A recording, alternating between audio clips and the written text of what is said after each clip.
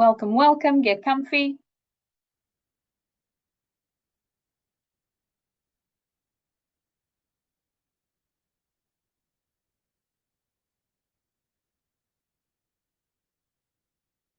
See more eyeballs joining. Curious to know where everybody is joining from this evening. We're seeing anybody from different time zones.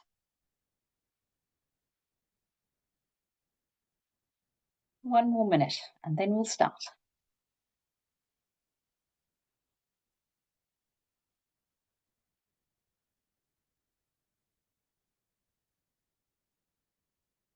I know it's dinner time in the Netherlands, so a lot of people are probably rushing to finish their bowl of pasta or their stamppot before they can join.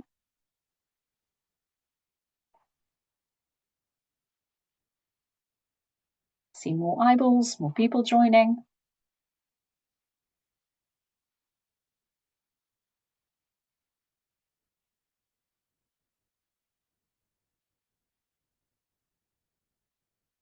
Thirty more seconds.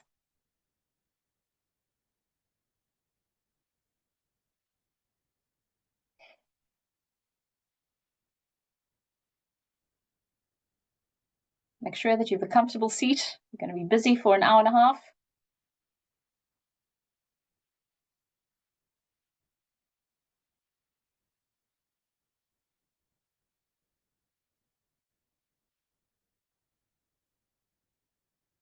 All right, let's get started.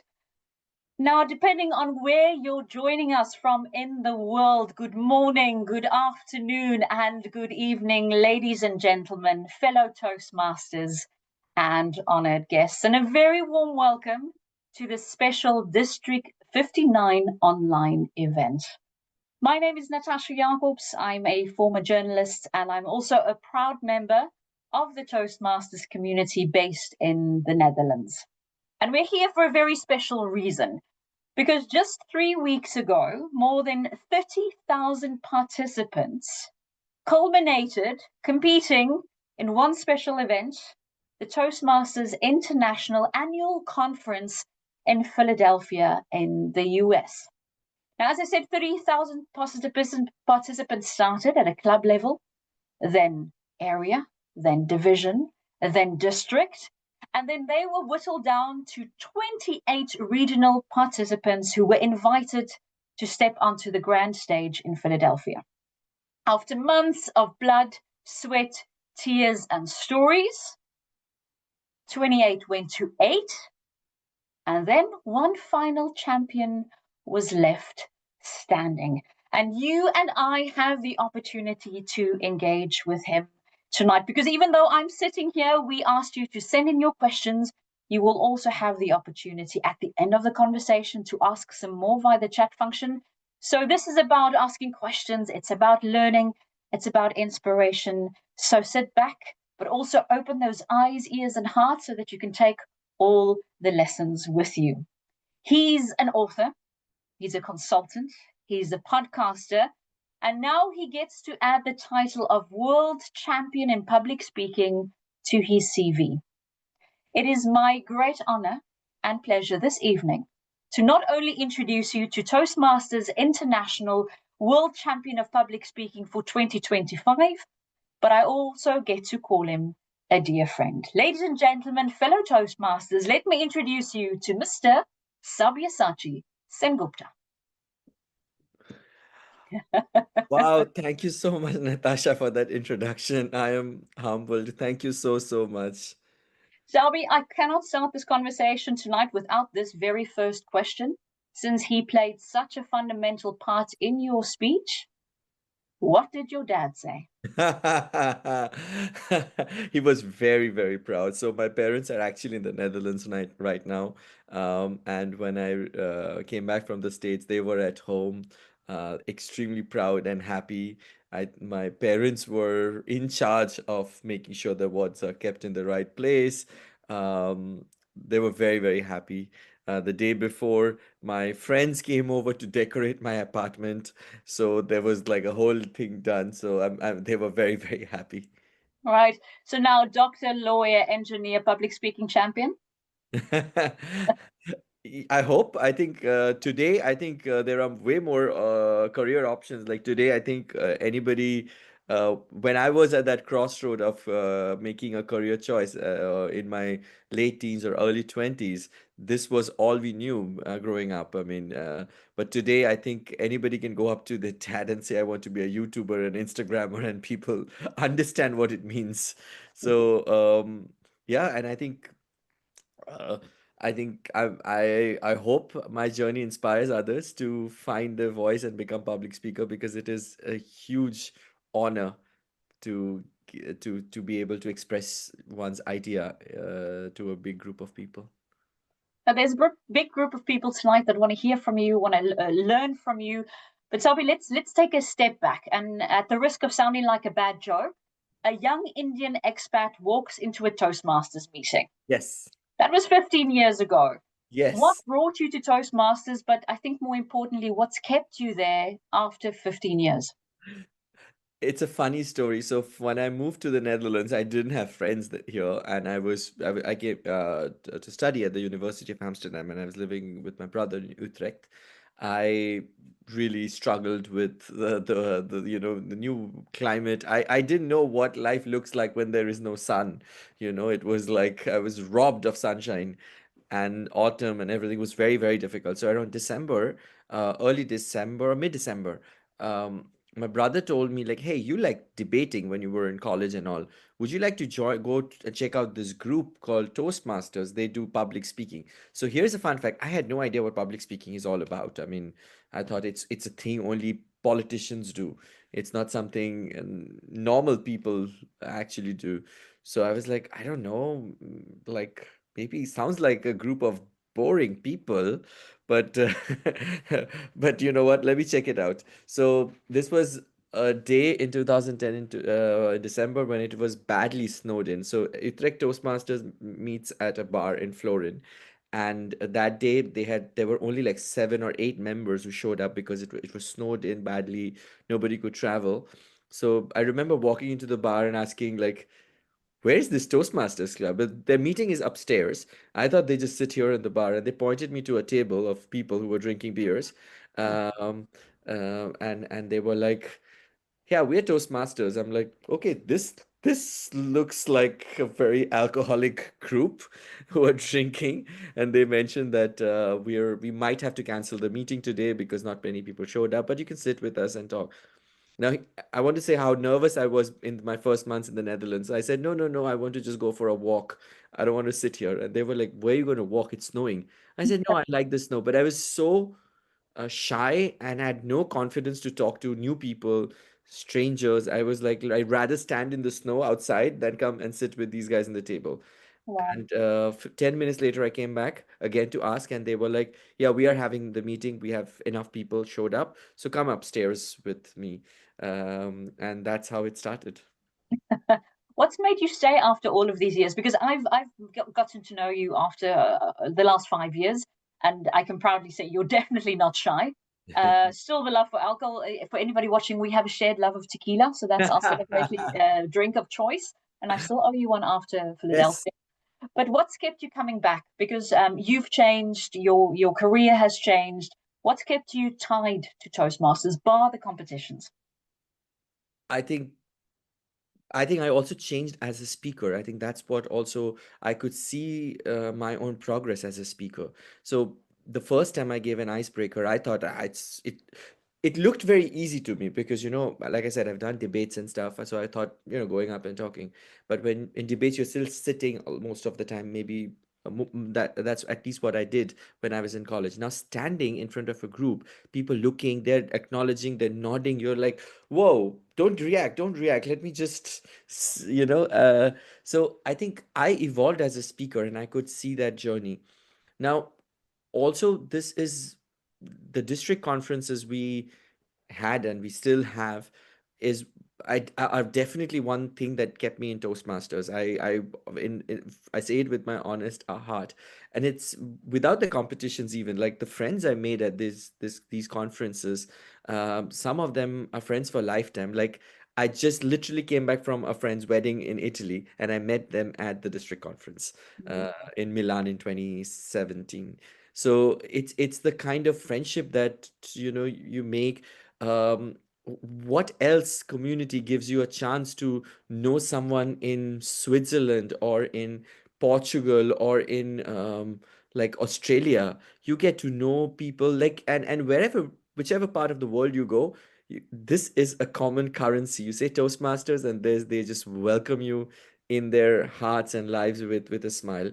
And over the years, meeting such wonderful people, and then moving to Amsterdam, we co-founded Fusion, and then it's just I it's also a strange question for me to answer, that why am I still in Toastmasters, because I never thought of leaving. So I never even questioned should I leave.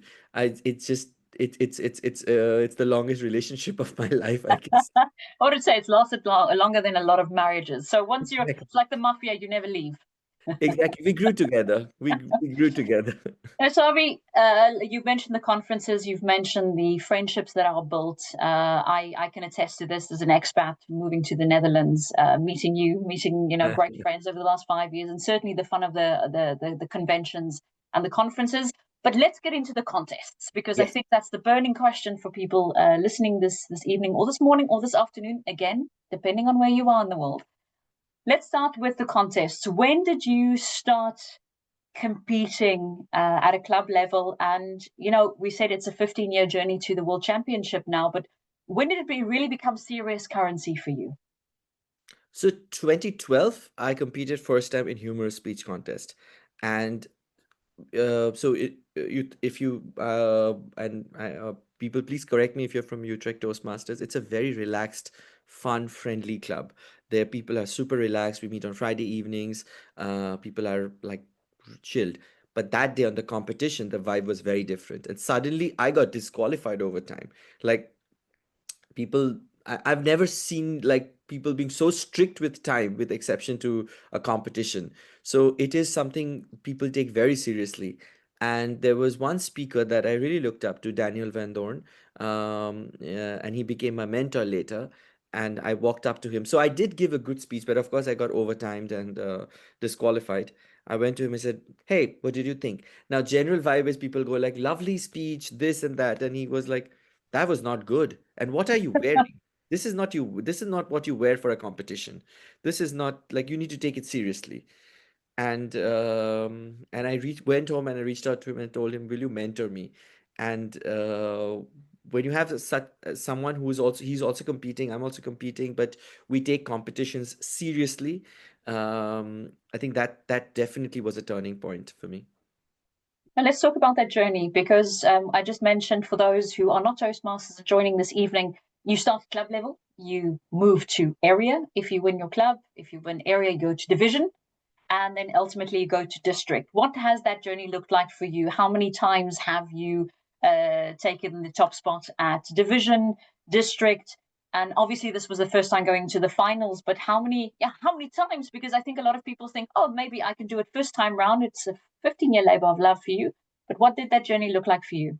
I think I've lost most times at area, second or not even generally second or third, but that's also out of three competitors. I've been third out of three, so that has also happened in area. Area, I still find that the hardest competition. Club, you know these people, you can make situational humor, you can make banters at club members, and it works. You know what works in this club or not. It's your safe space. Suddenly you go to the area where there's only five or six of your club members joining that competition, and there are people from different clubs that you don't know. They are not responding to your speech, they're not responding to your humor, for example. And then I think that's definitely the toughest. So I have seen, if I win area, I end up in district most of the time. But area for me has always been the hardest competition. It's also what also changes is area is also the first time the competition is held during the day. And what we don't realize as that it as even as a speaker, it does, your energy varies. So we Mm. are mostly used to speaking in the evening because most of our Toastmasters clubs are in the evening. And then you have a fantastic speech, and then you do that in a Saturday morning with only 10 people, slightly empty room. People are still like, sleepy. your even the best speech do not make that impact because you fail to make that connection. So area is the toughest in my opinion, at least for me. Division, in the past it was bigger, so it was more um, more noise, more preparation. But when you're at the division, you start believing that district can happen, and district is a big deal. So then there is natural motivation. For area, the motivation is also not that high sometimes. So division in our division C was way more competitive in the past when we were full Netherlands. You can imagine, like, all guns firing. It's still competitive. It's still very, very competitive. But we used to have like 100 people in one division contest attending. And then, of course, district, which is quite an experience being on the district stage. Yeah, in front of the entire district, and in District 59, of And, course, and is five they're also countries. they're also what I always advise people, and I do that myself. District competitions are generally in the afternoon, a very hard time to speak. So if you're not in that momentum to speak after lunch, and if you're speaking competing for the first time, have a heavy lunch and then straight at 1 p.m. going for your competition, yeah, you that's going to be tough. That's definitely going to be tough.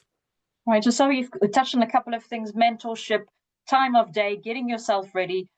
But you're saying area contests are tough. So there was some failure in this process of, and interestingly enough, we got a question, and we asked for your questions ahead of time as well. And it's a Toastmaster from District 125, and it's Sushil Davar, and he wants to know, how do you deal with failure? What are your rituals when things don't go your way for that specific contest? I won't lie, it is hard. When you put your heart and soul, it is hard. Um, and sometimes it depends on why you think you've lost. Why you think you've lost. If you think my speech wasn't good and everything, then you just accept it and move on. Sometimes it does happen. You think the judges, that also happens a lot. Some Then you think that's really hurtful. um, there is no answer, but I think the truth is just prep up for next time. What I have done is whoever has beaten me, I have reached out and told them, brilliant speech, and if for the next level, if I can be of any help, let me know. Even if you're not on stage, but I would make an effort to be a part of someone's winning journey. And I think that definitely helps. It's okay to feel upset and sad, but the best way to get over it is to help the person who is going to the next level, because that person may be happy but is also nervous. So invest energy in that, and then you will also learn. You may not see yourself on stage, but you can see your lines, the things that you tweaked on stage. You slowly imagine yourself on that next level stage, and that's a beautiful feeling. I can only imagine. And you just mentioned, helping someone on their journey. And I'm pretty sure a lot of people, besides preparing for Philadelphia, have been instrumental in your journey. Let's talk about mentorship and coaching. And I still want to decouple it from Philadelphia. Who have been instrumental in your Toastmasters journey over these 15 years? A lot of people, lot of people. So I will try to name all of them. The first person, I was awestruck when I saw him at Utrecht Toastmasters, Peter Zinn. For people who know Peter Zinn, like tsunami of energy, like the real rock star. But at the same time, if you go to him at the bar afterwards, asking for feedback, guidance, the most down to earth, affable person. Every time you see Peter, what I love about Peter is he he's always trying something new. He's not he's challenging himself. He's sometimes I've also seen him trying something new that's not working, but that's the constant trying a new style, trying a new way of crafting the speech. Also, what I learned from him was I've seen him as also as a contest master in Porto, in Egmond as well. What I've learned from him is when you're doing a role like that, it's of course your show. You're gonna razzle dazzle, but get the basics right. Make sure everybody that gets the mic testing. Make sure all the rules and things are followed. Make sure your pronunciation of each and every name is perfect. and he taught me how to do that. He taught me how to, make your own spelling so the pronunciation is correct. So I start with that, with Peter Zinn, who is a totally legend, I think, for me. And then Daniel Van Dorn, I mentioned, he's mentored me for several years, um, pushed me, also gave me his shoulder when I didn't win, and always inspired me to compete next year. When I've competed with him, sometimes I have beat him in competitions as well. I have learned from him how to gracefully accept that. And then he would come to me and say, Sabi, good, you won this. Let's make you win the next level. So the grace I spoke about is something I've also learned from Daniel for over the years. These were the people at the very start of my Toastmasters journey. And then like I'm speaking, and suddenly one day I see this girl with super talent comes and just like blows us off, Samrita. I'm like, whoa, what a lady, what a speaker. It's amazing. So and seeing her, how she handles situation, how she handles humor, so much to learn. I'm now still in Utrecht. I've seen these people. Abraham, for example, I think he's one of the finest speaker, who's always, I've learned something from him. Cora, uh, amazing. And then once I went to district, then John Zimmer, Florian, Olivia, these guys were just phenomenal and extremely instrumental in giving me the push. And of course, I cannot um, talk about my Toastmaster journey without that one mentor who's been through thick and thin, Aditya, who still, if I am stuttering, stumbling, self-doubting, I know he's one phone call away, and after that phone call, I will feel like I can do anything. Wonderful to hear how the community keeps supporting each other, no matter who is where, who's winning, who's moving. It ultimately has an influence, and had a very positive influence on your own life. Sorry, let's talk about moving beyond district, Yes. because it happened this year. And it's actually a question, I think, from Gian Knape. He Hmm. wanted to know what gave you the edge this year? What do you think was key to finally cracking the code? Because I have to say, this Sabi is only the third European winner of the World Championship. So, what do you think was key to your success this year after 15 years? To go through the quarterfinals or win the world championship, which one? Well, go through to the next step, because that's we haven't, I think, in District 59 gone through to regionals in a very, very long time. And you're only the third European winner. So what cracked the code for you this year, winning district and very successfully with Donkey, and then going through to the regional finals? I wish there was a secret code. I really wish. So I you'd can make a tell lot you. of money with I that. wish there was. The truth is, you know, I can give you an honest answer, and that lies in my spirituality that I also gave in my acceptance speech, to have a detachment. When you detach from the outcome, that I want to win, I need to win, and you focus only on what's in your hands, your actions, which is about the 7 minutes, crafting the good speech, asking for feedback, the journey becomes easier. So one of the things I did not do consciously was look up all the other 27 contestants who were in the semifinals.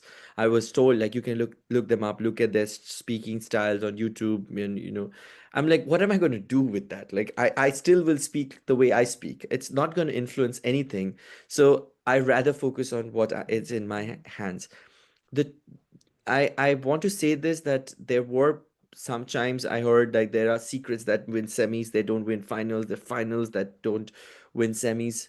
In the end, if you've seen the Kung Fu Panda movie, the dragon scroll, in the end when he opens that secret dragon scroll, it was just an image of Po, the panda bear. I think that is the secret, that when you are yourself, when you believe you're the dragon warrior, when you believe you can win, that's what takes you to win. And again, I can say all this because I won the first prize, but I would have still said all this if I had not won. Like I said, winning and losing are not in my hand. If somebody had done a Dhananjaya speech, I see something in you, maybe I wouldn't have won. But that is not something I can control or influence. What I can control and influence is those 7.5 minutes. So I know whatever rank I get, whatever rank I don't get, people will say that I was very entertained and I really liked your speech. That's all I can control, and that's all I try to control. Well, let's talk about the path towards. Because yes, you can control those 7.5 minutes, but there's a hell of a lot of work that goes into those 7.5 minutes. So Toby, you got the crack, you got the call. Who informed you, by the way? What happens? How do you get to God. know that you've So made it it? was, so this year was a very dramatic year for me. Everything was a bit of a drama. So at the quarterfinals, Toastmasters International started announcing the names of the semi-finalists on the 30th of June, but on the website. But they only announced 20 out of 28 winners. So if your region results were out, so they did from region 1 to 10, and we were region no, the 1 to 9, and Yeah. 10 wasn't announced. So so our region was not announced, so we didn't know.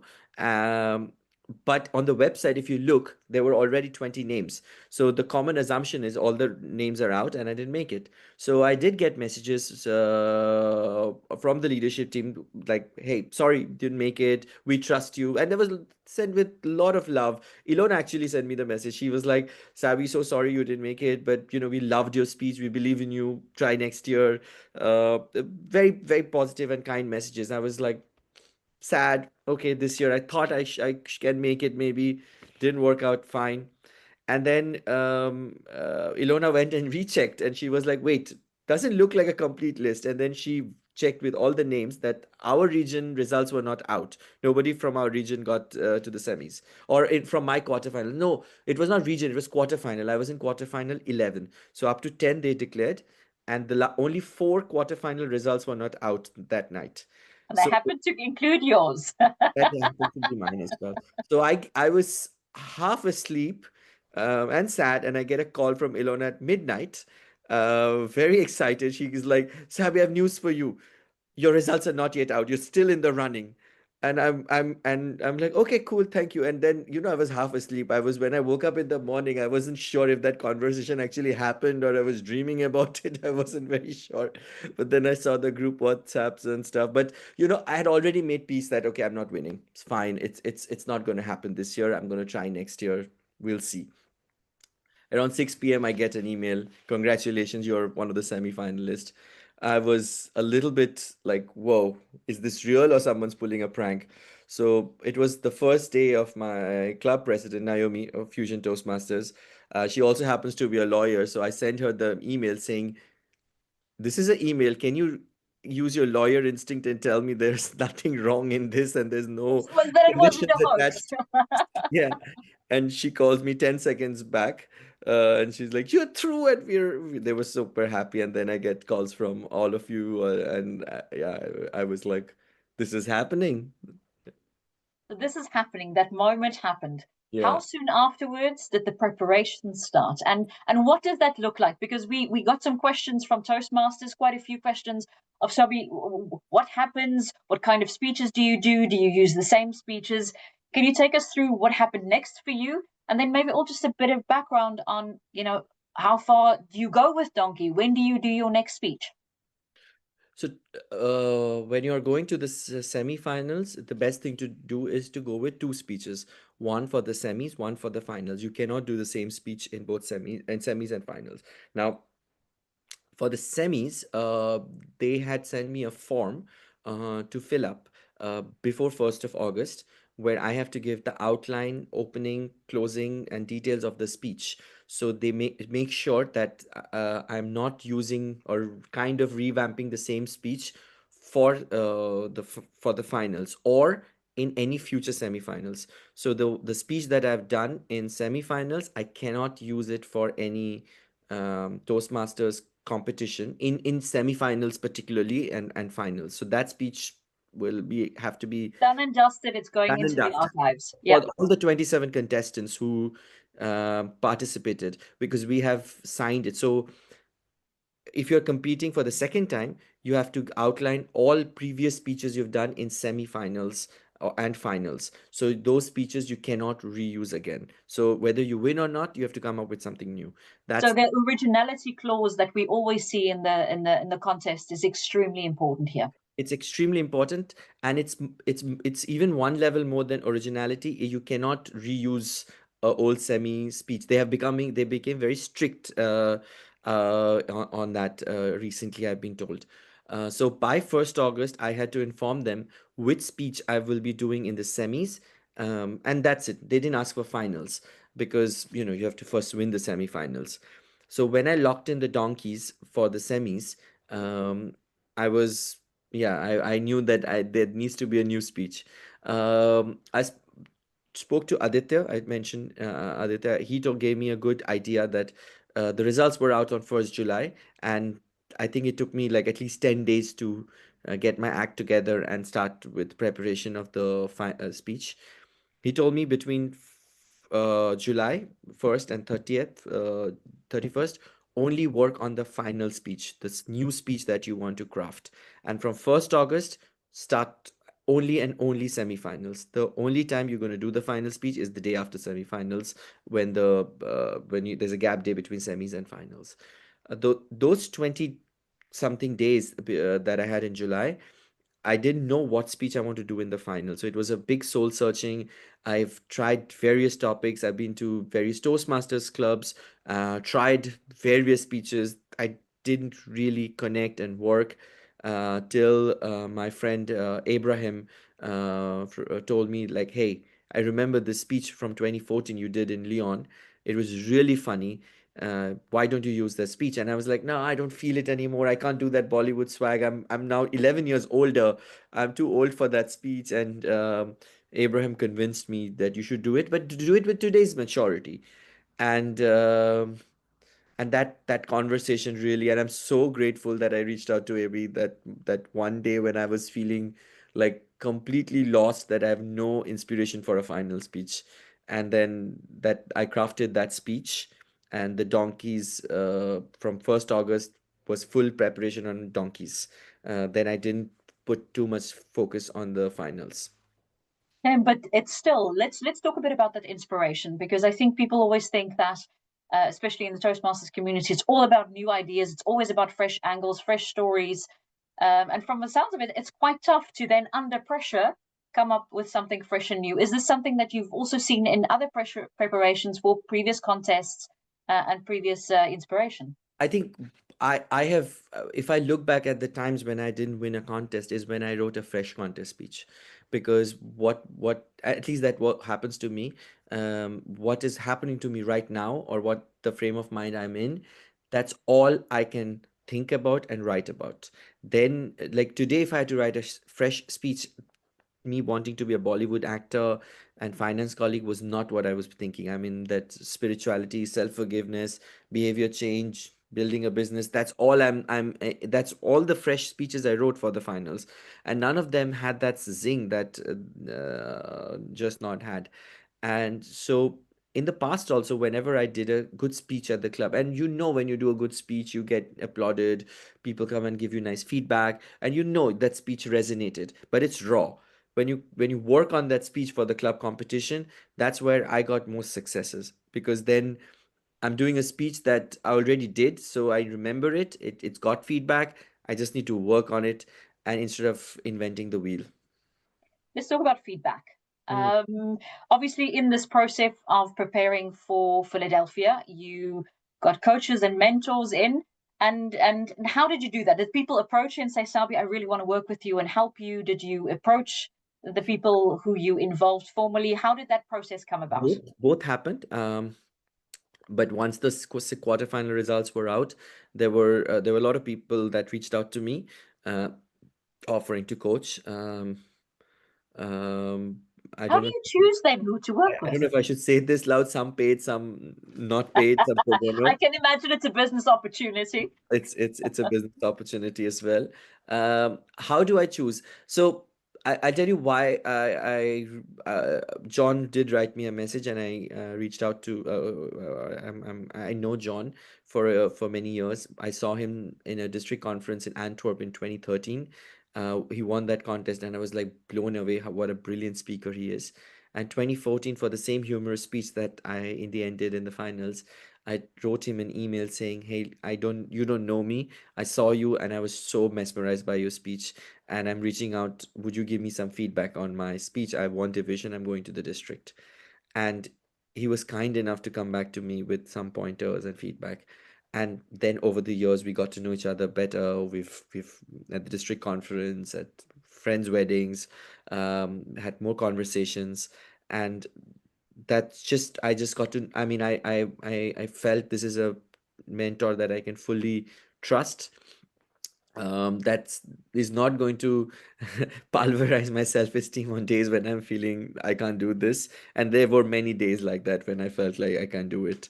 Even a week before the contest. I know this is someone who knows, who has his way to inspire me to stand back. And the other thing is, I follow his blogs. He has extreme attention to details when it comes to speech crafting, how to, like, he is right now finishing a second by second analysis of my speech. He's that detailed oriented. That's not something I'm good at. That's not something where my strength lies. So it's good to find someone who has that, who has that expertise. The other person, Aditya, he is, I've literally like looked up to him since I've known him. He has been to our conference. What a brilliant speaker and also human being he is. So, um, like, he's been to the world championship, I think, 3 times already, maybe more. He knows the pulses, he knows the stage, he knows me also as a person, because we are friends. And so he knows how to motivate me and add those magic sprinkles in the ways.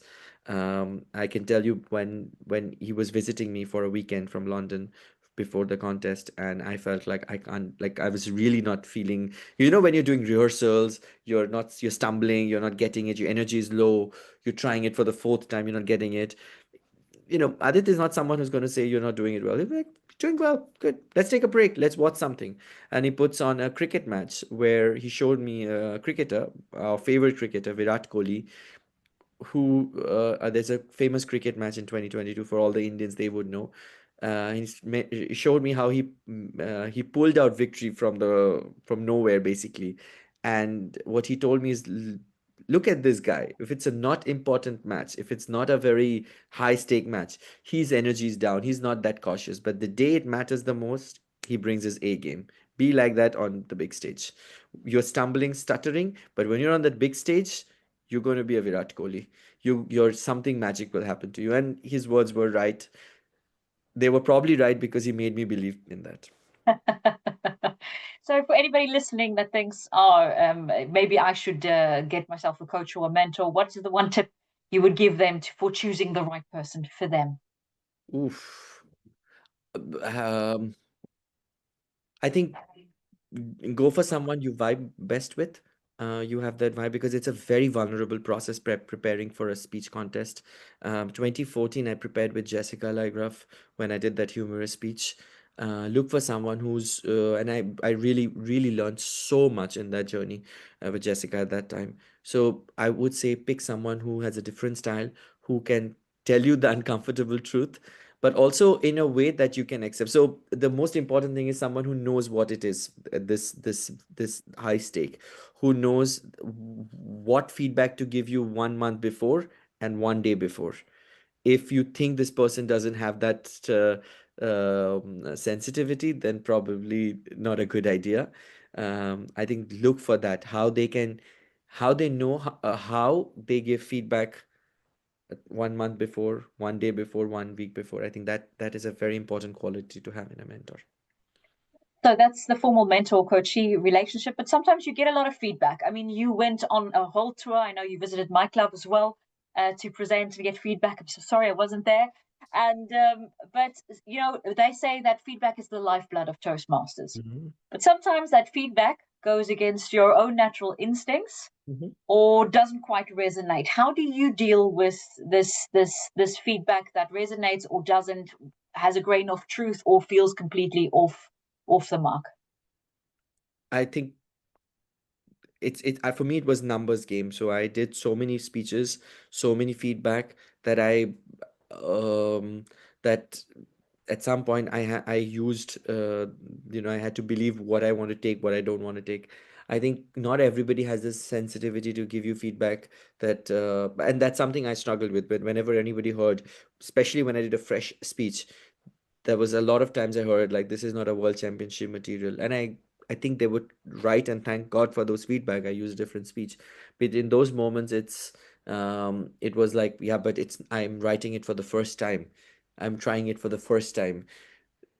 As true as that is, it is also, in a month I will be doing it on a big stage. So um, take it with a pinch of salt, but also understand that what is the objective. What I did feel in every club, every person I reached out, they all were trying to help me win the competition. There was no malice, no hidden agenda. There was a lot of love, and people just have different ways of expressing. I mean, if you live in the Netherlands, you're used to directness and Very direct feedback. exactly. So I think, yeah, that's something I have yeah, learned, that to take it with a pinch of salt, but know it's coming from a place of love.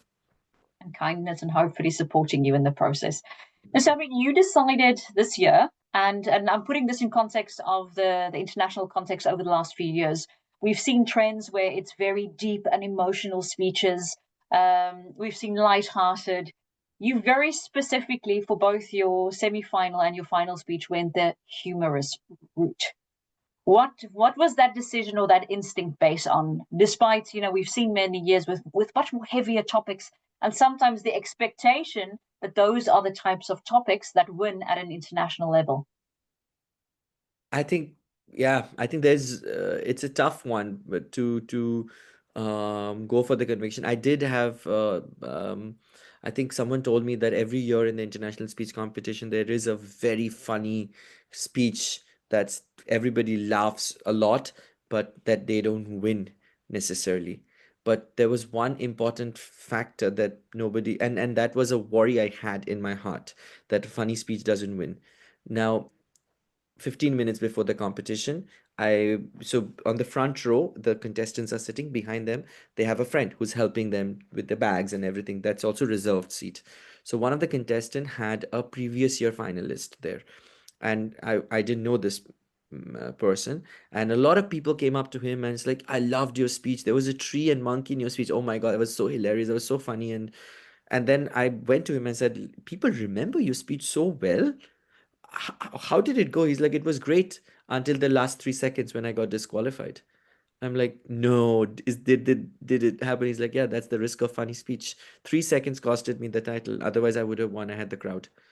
And that conversation really made me feel like funny speeches do win. The only thing is, it can get over time because there's a lot of laughter and stuff. That's the only part you have to manage. So it is a myth, because in the end, no one comes to a Toastmaster conference to learn about life or philosophy or about global markets or AI. They come here to be entertained. They come here to be, to entertain. And entertainment can be any. It can be through drama, through laughter, through emotions. No one's here to get gospel truths of life. At least that's what I think. Having said that, I want to say this. Last year, we had a conversation, you and I, where, and that really helped me to choose this topic. So, I can I say that about that conversation? You are allowed to say Conversation anything. I'm This is talking your about. interview. Okay. So last year I had a lot of opportunities to do keynotes at large corporates, banks, energy company. I was talking about topics that work for me on behavior change, on human side of innovation. But there was an insecurity that I was harboring. I'm generally the funny person who makes people laugh. If you have seen me speech, I'm generally like, there's always banter, jokes, to warm up. And also along the way, it's not like the first 10 seconds and then it's all serious. Like to play with the crowd. And for the longest time, I thought it is a crutch, that people won't take me seriously. People will take me like, he was just a clown. You're not the serious person. So when I got this big or corporates to speak, I reached out to Natasha, and anybody who knows Natasha, they what an amazing speaker and person she is, and she coaches top people. And I told her, like, listen, I struggle with this, that I'm really funny and super energy. Can you tell me how I can be taken more seriously, where people won't just write me off because I'm funny? And I think you told me some in the lines, that's the biggest asset you have. And so many people struggle to make people laugh. You should never lose that. That is what's going to make you special. I'm paraphrasing, but that was the message that you sent me back.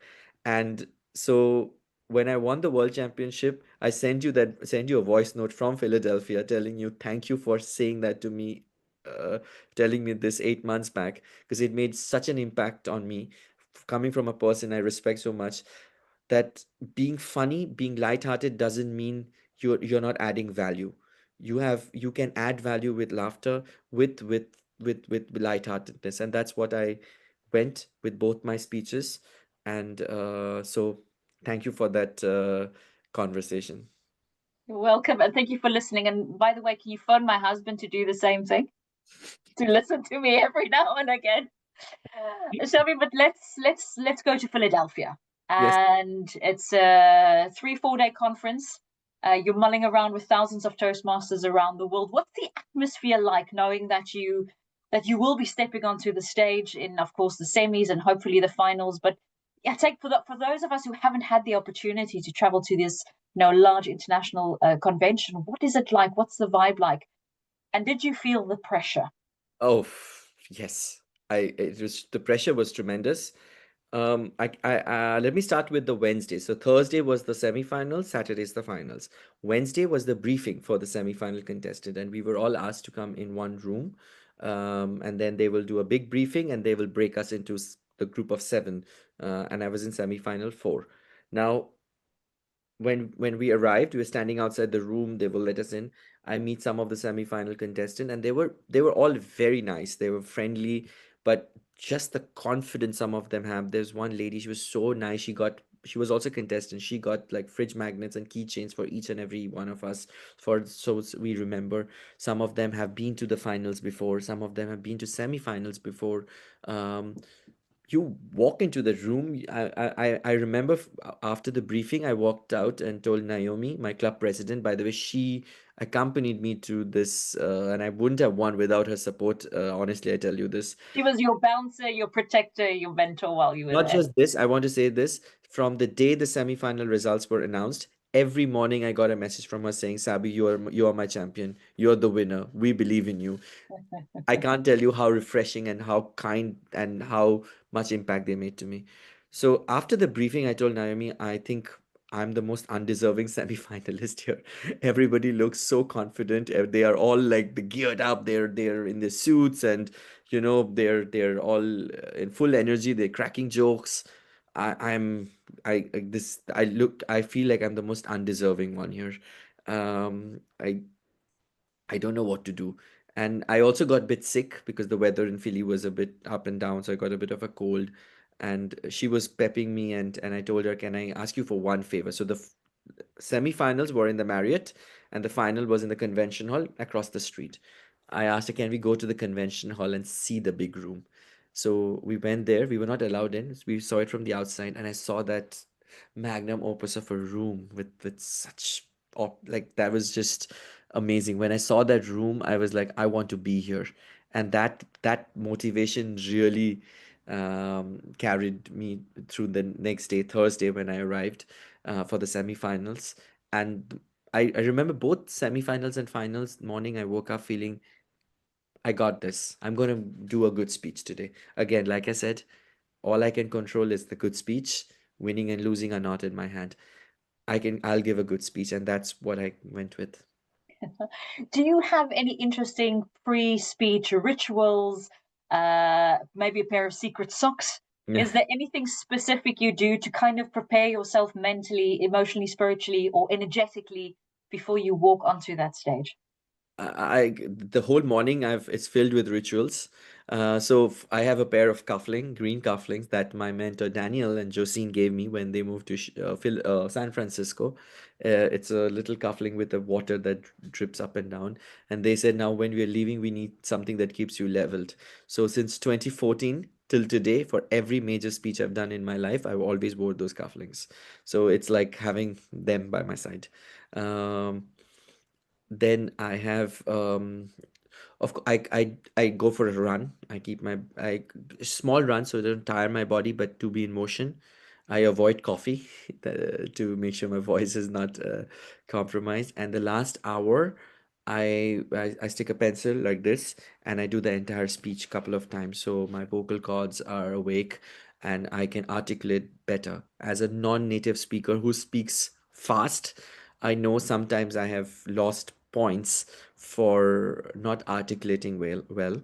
So that's an area where I consciously take efforts in the morning, and I prepare you cannot help not prepare. You're preparing in your head constantly, but I do it in tranches. So my energy, like the speech should not be like high energy and then it falls.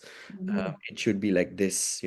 So the peak moments, the fun moments, like if you see not just not the singing or the nodding part, I will prepare them in trances. So I'm when I'm doing them, my energy is also up. Okay, so those are the pre-rituals that you have. You're standing there to the side of the stage. And this is a question from Paolo Perina. She wants to know, in that moment, what's going through your mind? Honestly, nothing. I'd say this, I have never been more present in my life than those moments. For the finals, we have a green room. So we are sitting in the front row in the corner, and the first three contestants are mic'd up, and we have access to the green room where there is a toilet, there is water there, and there's a little backstage. So just when the speech ends, so I saw the person just before me end with like a big hand gesture, and that's all I saw. I didn't see anything of his speech, but I just I tell you, even before that speech, when we do the stage, when we were on stage 2 3 hours before doing the mic testing, empty room, I stood on the stage, I was like, I got it.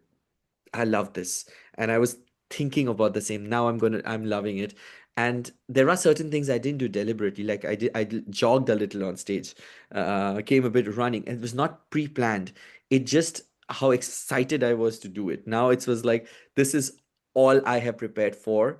This is showtime and I'm ready to do it.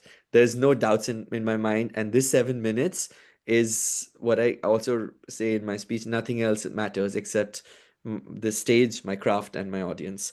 And just going up, and I went with that excitement. It ended up being a little run that was not planned. And yeah, it's just those 7 minutes. I don't think I processed a single emotion. I don't remember any emotion in my head. I have never been more present with my craft than those 7 minutes 20 seconds. So you're in that moment for 7 minutes and 20 seconds, then you say those closing words back to you, contest chair. What happens to your body, to your mind in that moment? Remember, I remind myself to acknowledge the audience and bow down. Something I saw. I went to see a play this year in London, Richard, and I'm a huge fan of Jonathan Bailey, the actor. And after giving like an hour or two performance, crazy performance, he was like on fire. He comes back twice to bow to the audience, and something I have since then incorporated in my every speech, to bow to the audience, thank them for appreciating and giving me that energy that I was bouncing with you. So that's the one thing I consciously do. I want to do it so often that it becomes second nature to me. So I that's what I did, and then just walk off. And yeah, it's just crazy. And then I see my fellow contestants on the backstage. We high five. Um, they say nice things.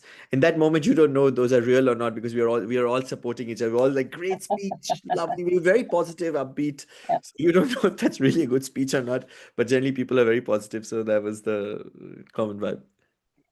And then it's a waiting game. I think it was about an hour. It's the deliberations, it's the judging, it's the checking. What are you doing in that time while you're waiting I for was the outcome? cheering for other contestant. I was contestant number two. I was not happy with my number. I wish I was three or four. Being in the middle is works. John told me two is great. You put so much energy that nobody can match your energy. And I went with that that thought that John gave me. Put so much energy that no one can match it. And that was what I did. And we were cheering for everybody. We were laughing, rooting. It's the day before the contest when we had the briefing. The finals briefing is nothing like we've ever seen before. We're taken to a boardroom where there are these microphones like on the table. You have to press a button to speak in your turn. Everything is being recorded. There is few people who are parliamentary observing that all the rules are being followed. There are world champions who walk in, give us a pep talk. They tell us we are right in the middle, in the front row. Any moment you hesitate or you stutter or you feel uncomfortable, look at us. We'll give you energy. We'll give you love to carry on your speech. We get two world champion who gives us personalized written letters, wishing us all the best in our journey. It's just that Friday, the eight of us felt like the happiest people on the world that we had that. So that love we carried also while we were in the seat cheering for one another, and we were all very proudly because yes, there is the competition element, but we also know what it means to be on that stage and what it takes. And so that was just you can see the love there. So as you're sitting and listening to the rest of the contestants, because you said you were number two, at any point did it cross your mind, I could be number one? Or was it a complete shock when they announced your name? Or was there a moment where you thought, this could be me? I would be lying if I say I didn't think I would be in the top three. I thought, okay, I made it to the top three for sure. Um, when all the speeches were done, um, a part of me, and not being, I'm trying to be, when I'm not competing, the most common thing I do or with friends is top three, who's the top three, who are the top three. Now, I I had my phone with me and I was getting messages already from everywhere. You killed it. You're the winner. You're the winner. You're the winner. So at those moments, you don't know if your friends are just being nice to you or they genuinely mean it. But I felt I had a chance. I did feel I'm uh, I didn't. It wasn't like so when they announced one and two, I was like, okay, now I feel I have a chance of winning. But still, it can go either way. So yeah. And then they go, ladies and gentlemen, the world champion for 2025 is Sabyasatchi Sengupta. What's the first thing that went through your mind? I don't remember that. I don't remember. It's So when I an see out of the body experience as you go up to that stage. yeah, I there is a video of that. I stood up. So Naomi, so here's the thing. I told you about Naomi. She has been also telling me when she heard both the speeches, Donkey and um so once I won the semifinals, I was like, maybe I should have done this on the finals. This worked really well. I should have kept it. And Naomi told me that your donkey speech was the best, but this just not. This is good. This is meant for big stage. This will take everybody out of the park. She kept telling me this is a winner speech. This is a winner speech. Even after I gave the speech, just a little, of course we cannot talk that moment because all the contestants are there. So, but little eye contact here and there. You were like, yeah, that was there. So I saw the video when they announced me. I turned back, I smiled at them, give a laugh, and I ran to the stage. So so that explains the energy. I have no memory of running to the stage, but I did it. And you had a very, very sweet acceptance speech as well. It is online, everybody. So if you're thinking, what is he talking about? Please be sure to watch his speech. And his acceptance is also on the Toastmasters website. So, what does it mean to be world champion? What does this mean for you right now? And I think a lot of people wanted to know, is this then over? Can you only be a champion once? What is the legalities and the processes now post your win, post being world champion? So I cannot compete in international speech contest for sure, but I think for other contests, humorous or evaluations and table topics, you can still compete because they don't go to they end at the district level. What it means, like the last 2 weeks, I have been overwhelmed with lots of love, like press reaching out. podcast messages, scammers also. I've got a lot of scam messages as well. The Uh, opportunity everywhere. Yes, so it's amazing. It's a lot of responsibility to to inspire others and help them in that journey as well. Part of me wants to just go to sleep and or go somewhere holiday and away from social media. Part of me, of course, wants to capitalize.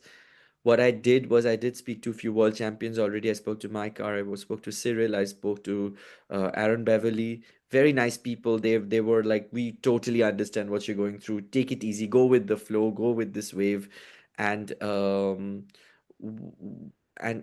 what take whatever comes in your way. It is the timing wise it is perfect because this September I'm fully done with my banking job at ABN AMRO, so no more spreadsheets for me, and and I am in the journey to build my own behavior change consulting company, Method in Madness, and now this gives me a little that push that I needed to to spread the word. The thing what I often got questioned was whenever I spoke about doing culture change or something, I didn't want to do it with PowerPoints and book. I wanted to do with improv or Legos or fun ways. And most people don't believe you can bring change or do something big while you're having fun. I think if anything, my victory is a proof to myself first and then to the world that whoever has the most fun in the end wins. So whether what if you're writing your speech, if you're giving your speech, if you're doing work, change, innovation, or even reorganization, make sure you have fun. If you're not enjoying the process, that means this is not going to end well. And on the best end, hopefully end well. Yeah. Sabi, what is the one piece of advice you would give any Toastmaster watching right now, listening to your story, inspired by your journey? What's the one piece of advice you would give to them? And what's the one piece of advice maybe you would have given to yourself 15 years ago? Everything happens at the right time. I think if I have been disappointed the times when I didn't win. I thought, oh, well, how did I not win? Someone else won. They were not good. I was better. But the truth is, it happens in the right time when you're ready, when you are in that bandwidth to accept it. And I think I spoke to someone that 2 or 3 years back, if I had won, I wouldn't have had the grace and the maturity to handle this situation. Today, I think I do. And that's it happens at the right time. So if you haven't won yet, it means that you need to the timing is not right yet for you. But keep persistence. Like I've competed at least 12 or 10 times that I remember, and then if I remember the autumn conferences probably even more. um I've competed and every speech give the same conviction. Now the other advice that I always give to my club members, and I want to share this with everybody, is not always I have been a competitor on the big stage or district or division. Whenever I haven't been, I've taken any role that helps me get on stage, whether being an MC or sometimes you've seen me roast the entire meet the conference like I did in Antwerp. Get on the stage. There's a no better teacher than stage. Fall in love with the stage. If you fall in love with the stage will love you back, and then the rest is history. So get on the stage as many times you can, even if it's for 2 minutes, even if it's for 30 seconds, even if it's for 1 hour. Get that experience. When you know how to move your audience, when you know how to act, react, with the group, that's when you are building that world championship speech. And also possibly becoming a better communicator in daily life as well. Absolutely, Well, absolutely. Selby, I've run out of my questions, and I promised everybody online that they would get the opportunity to ask you these questions directly, and I'm going to do it on behalf of them. And we've got quite a few. So I'm Okay. going to start with, and I'm going to do my very best to pronounce the surnames correctly, because as Sabi said, it's incredibly important to show respect to that. And the first question is from Vamsi Yerapragada. Okay. And he or she asks, what did you have to unlearn from Toastmasters training in order to compete? at World Championship level? Unlearn. Wow. I can tell you about the finals. So, you know, the most common thing when you give someone your speech, can you give me feedback? The most common thing you'll get is add this, add this, add this. So one thing I had to be conscious and or perhaps unlearn is not to add too much. When I did the dry run of my Just Not speech 2 hours before the competition, I ended on 5 minutes 50 seconds because I know it's a humorous piece. There will be a lot of laughter, and I ended on 7 minutes 20 ish. So 10 seconds and one more laughter, I probably would have been disqualified. So that urge to add something new to the speech, last minute addition, add a little bit more, that we do at a club level, sometimes we do in a regular speech. That was one thing I had to unlearn, that not add more, because time is of a huge factor here. Like I said, a 5 minutes 50 seconds speech ended up 7 minutes 20 on the big stage. So you can imagine when you're doing a humorous kind of speech, how time is an important factor. Even more so, absolutely. All right, we have a next question. This is from Dindi Ramomahanaro. And the question is, who is your biggest inspiration when it comes to public speaking? Yeah, Oh, these existential questions, Sabi. I have a lot of people. I think I'm going to name Toastmaster friends because I think I've seen them speech, so I'm always inspired. I'm looking at one right now, Natasha. If you haven't seen her live speak, she's impeccable. The first time I heard her speech, it was in a Zoom Toastmaster contest. She was just knocked it out of the park. Um, one speaker I really look up to, Abraham. He will kill me for taking his name, but I will say I think he's got this unconventional funny way he can pull a humor out of nowhere, and I think that quality I don't have, and I listen to him. I wish someday I can have that kind of wit and way of crafting, like Abraham. And then there's of course Aditya is definitely a huge inspiration. I mean, I really look up to him. I mentioned him a couple of times already. And in my peer group, Percy Roland, also great speaker. Melchior, I think from Switzerland, who people have seen him, he's fantastic. Jag Gale, he's really amazing. Sangrita, Cora, when and I think I mean, and I want to challenge these people because they are, and I mean, I'm probably missing people's names, so forgive me. But the reason I'm specifically because these are the people I've grown in Toastmasters with. I've known them for 10 years, or 10 years. I've seen them speak, and I know on a day when they've prepared their speech and they are in their craft, they can win any championship. As friends, I would love to also challenge them to, you know, do it more often. And I'm pretty sure if I ask anybody watching this conversation right now who is their public speaking hero, your name will definitely sit at the top of the list. We have another question. This is from Prashant. Prashant is from District 121. And he says, how is your preparation usually a day before the contests? What did you eat before the finals in the US? And the most important question, Sabi, did you drink tequila after winning?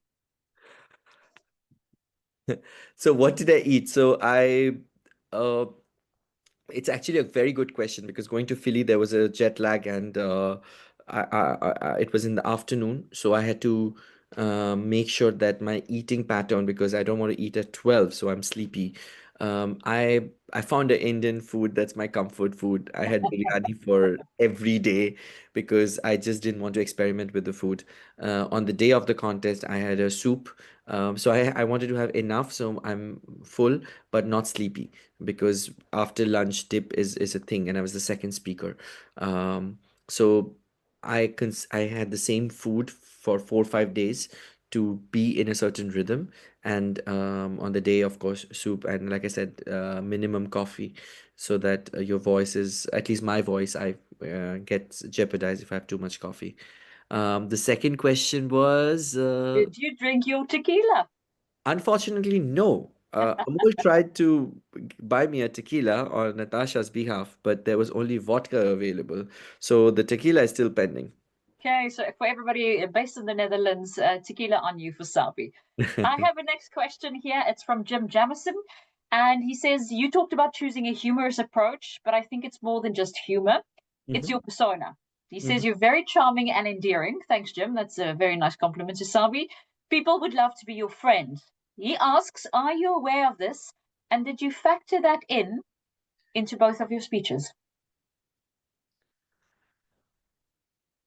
Interesting question. It's a very interesting question. I think I'm at my best when I'm humorous, and that's where I feel charming. I have for years in international speech contests tried to be more deep, profound, pick topics where there is a flood happening or there is some kind of stabbing or very there's a failure, there is a there is a deep emotion.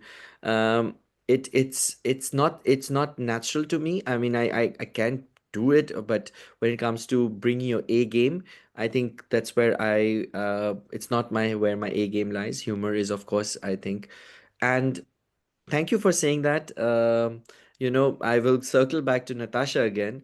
If you were in our Antwerp conference, she gave a brilliant workshop where she said uh, that there are three things that you need to do to, get hired. People need to like you, they need to trust you, and they need to trust you can do the job. And I think that also very much applies for as public in public speaking, that people need to like you. They also need to trust you that what you're saying is authentic, what you're saying is not, you're not trying to fool the audience. And because it does happen, you listen, you feel like you have been emotionally manipulated sometimes, so they trust you, and they trust that you're honest to your craft. So I think that's something follow. And like I said, I try to be authentic. And that was definitely a conscious choice to maximize my max, and the rest is not in my hand. So, yeah. We have a technical question here from Marina Tataram, who is our PQD this year in District 59. She said, how did you react to the timer lights? As prepared as you are, is if there is as little as a half sentence of improvisation, and you mentioned about, the laughter, the lights may be shown at different times than you're used to. How do you deal with that? So generally, I have a calculation that before the red comes where I want to be. So so the red light was up when I was already in my almost last line. So I took my time to finish it, like get on the stage and just nod. So I was comfortable that okay, I'm going to end on 7, 10, 7, 15. So the important thing that also I've learned from John Zimmer, not now, I think even before in the humorous speech, don't finish at 6:50 or 7. Take also those as much as you can from those 30 seconds. Don't go beyond 7:20, but don't finish at 6:50 also. You're losing 30 seconds of audience interaction and timing. So that's an important thing. So we always try to keep it short, but make sure you are going a little bit over the 7, because those 10 seconds, 15 seconds are also very, very vital. Um, I've of course, I was confident because the 2 hours before when I did my speech, I was in the green when I finished it. So I was like 1 minute of laughter. I can still push. So yeah, but I do keep a little bit on the last part. I did have, so when I say just, some days you'll be trolled, some days you'll be that part. I knew if the time becomes a crunch, I'm gonna just take it off, just keep one. Some days you'll be trolled, but someday you'll make someone's life. So put on your red dress, come and nod. So that little adjustment always in the back of my mind. Yeah, so you need that flexibility. And speaking of flexibility, another question from Andrea Barbero. Was that line about the boring Toastmaster board meetings a last minute ad? Or was it planned? That was planned. That was because But delivered as if it was improv. yes, that was planned. But I did check with someone who attended.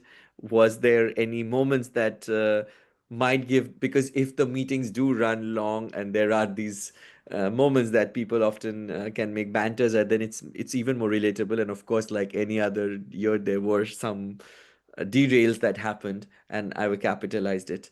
I think it was an idea John gave me because he's been to that, and that's why having a mentor who has been to the World Championship is so handy. That he told me this happens. I'm like, are you sure? He's like, yes, definitely happens.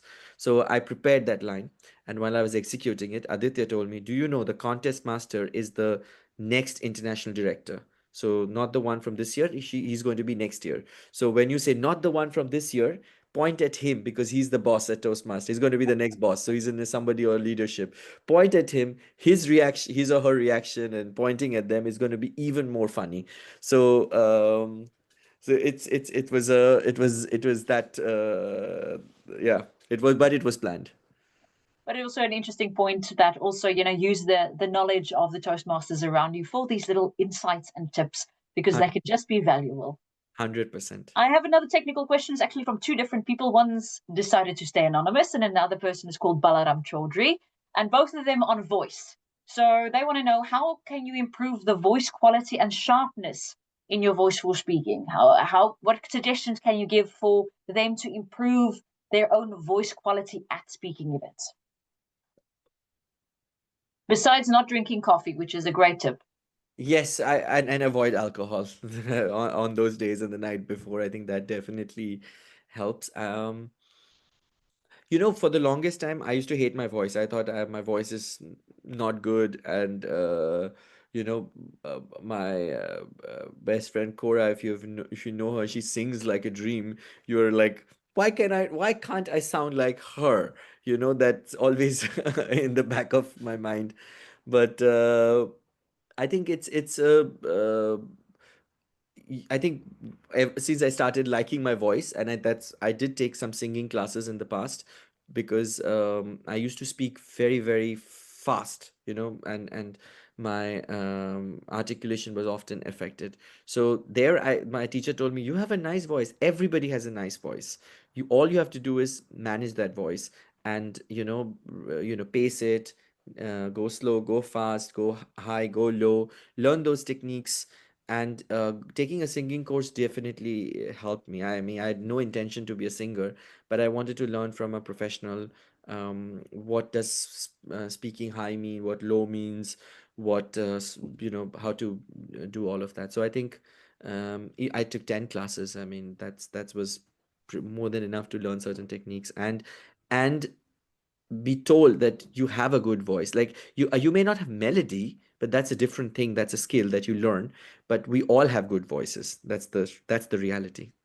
Just developing and finding yours and being comfortable in your own voice and with 100, your voice. 100%. Sorry, someone wants to know, and it says, can you break down your training schedule? I imagine that you train all year long. And I assume this is not the running training schedule she's referring to, but your speech training. Yeah, what does a Toastmaster year look like for you in terms of practicing and training speeches? I want to say that I don't. I feel even this. So fun fact, I didn't win the club contest. I came second. Naomi, I told you the president, she came first. And at the area contest, I had a good friend from Madrid Toastmasters, Pablo, visiting me, and he was like, "Dude, you're 2 days away from the contest. Are we going to prepare?" I'm like, "Yeah, but we're going to do it." Like, no, let's prepare. So working with Pablo, I took the speech more seriously, and I started getting better and. It it improved along the way, but I don't have fixed training. um I have to be honest, when you are in Toastmasters for a long time, your prepared number of prepared speeches you do goes down dramatically. But I really enjoy evaluating. I evaluate a lot because while you evaluate a speaker, you learn so much, what to say, what positives to give, what they can do better. I think doing if you don't have bandwidth to do a lot of prepared speeches, do evaluations. And I also coach sometimes people when they have a prepared speech or something, or ask me for a feedback. That keeps you learn new styles, new techniques, and that's what helps me. Good to hear. Sabi, couple of very practical questions because, of course, people are curious to speak to you, engage with you, see you. This is a question from Malcolm Wilson, and he's very happy that it's the first time that someone from the Dutch Kingdom won. So I assume he's from one of our Netherlands islands. Nice. And he says, would it be possible, and no pressure right now, to arrange with you a virtual visit with us, the Toastmasters in the Caribbean part of the Dutch Kingdom? So, But my first reaction is why virtual? so Malcolm, have a conversation with Sabi, reach out. He'd be happy to jump on a flight, it seems. I've been to Curacao. I really liked it, but I've not been to the other islands. So it's and considering how the weather was today in the Netherlands, cloudy and gloomy, and next few days, I will jump in any plane possible. So that's the Caribbean. Sabi, we've got another anonymous question, but it says, hello from California. Will Sabi be going on a speaking tour to cities in the US? I have not been invited. Should I be invited, I'll be honored and happy to do so. So for those of you who are based in the US, make sure that your club presidents, PQDs, have a conversation with Sabi. Sabi, we're slowly running out of time. I could speak to you for hours, but maybe this is a good question to end off with. It's from Piyush Jain, and he wants, or she wants to know, is what is your next step in Toastmasters? Oof. I think right now there's a lot of district conferences that I have been invited to. I definitely like it's all happens in May, so I know at least I probably go f 4 district conferences to speak in the coming calendar year and few conferences that are happening in the coming months. So I think I remember Muhammad Katani when he won the world championship. He said in his acceptance speech that if I can win, anybody can win. And it sounded pretty cliched, but I don't think uh, any that I don't think he was lying. I think that's as true as anything can be. I believe in those words more than ever now that if I can do it, anybody can do it because um I'll be honest, I earlier this year had a conversation with a friend and I said I don't have the ambition to be a world champion anymore. It's gone. It's been too long, but I still competed and kept doing it. What I would want to do is if I can inspire others to compete. See, every year we have one winner, but we have 30,000 brilliant speakers that get nurtured, cultivated, and created through this journey. And if I can help people in that journey to cultivate, nurture, and create those 30,000 wonderful speakers, that will be my honor.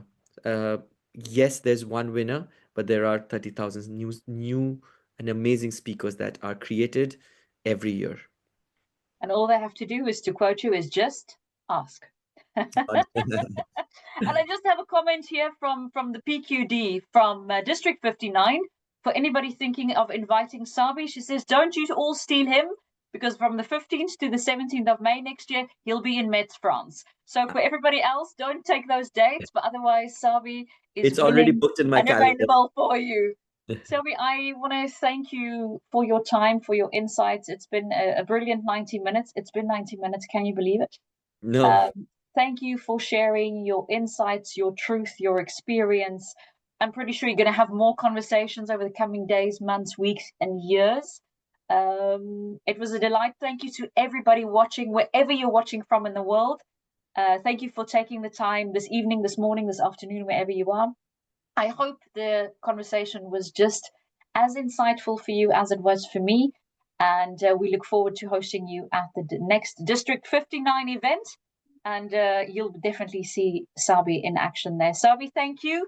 Good luck with this period ahead. thank you, And Natasha. I think if anybody wants to learn interviewing skills, this is the lady. Thank you so much for not just for today, for years. Like I said, nobody can call themselves a champion speaker. It's a speech, and speech is a product of so many people's love, feedback, and guidance. And you're one of them, and so many of them in the call as well. So thank you for helping me in this journey. Thank you for make giving me this honor of lifetime. So thank you, everyone. thank you, everybody. Have a good evening, good day, good morning, wherever you are. And we will see you next time. From me in the Netherlands, District 59, it's goodbye.